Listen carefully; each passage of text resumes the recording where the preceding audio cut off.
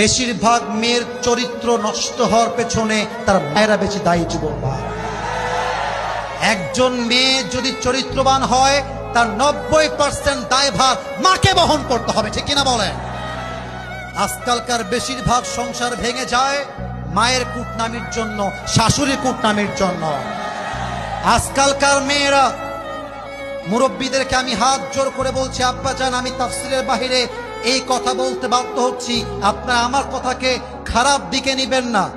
আজকালকার মেয়েরা 13 বছর বয়সে, 14 বছর বয়সে, 15 বছর বয়সে সতীত্ব হারিয়ে ফেলে, ইজ্জত হারিয়ে ফেলে, বগুড়ার মমইনি গিয়ে প্রেম করে বেড়ায়।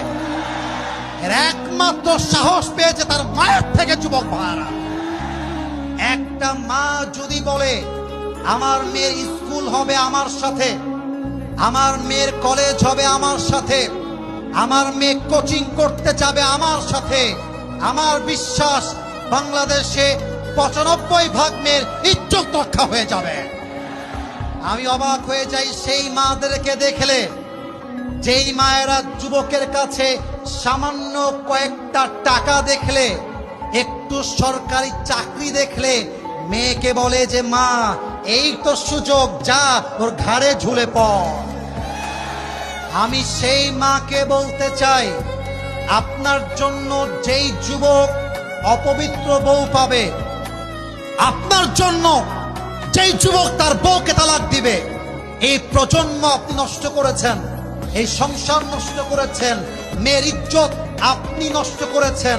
যত মেয়ে আজকে জেদি হয়েছে, এই জেদি মেয়েদেরকে আব্বা আম্মা আদর্শ শিক্ষা দিতে পারে নাই।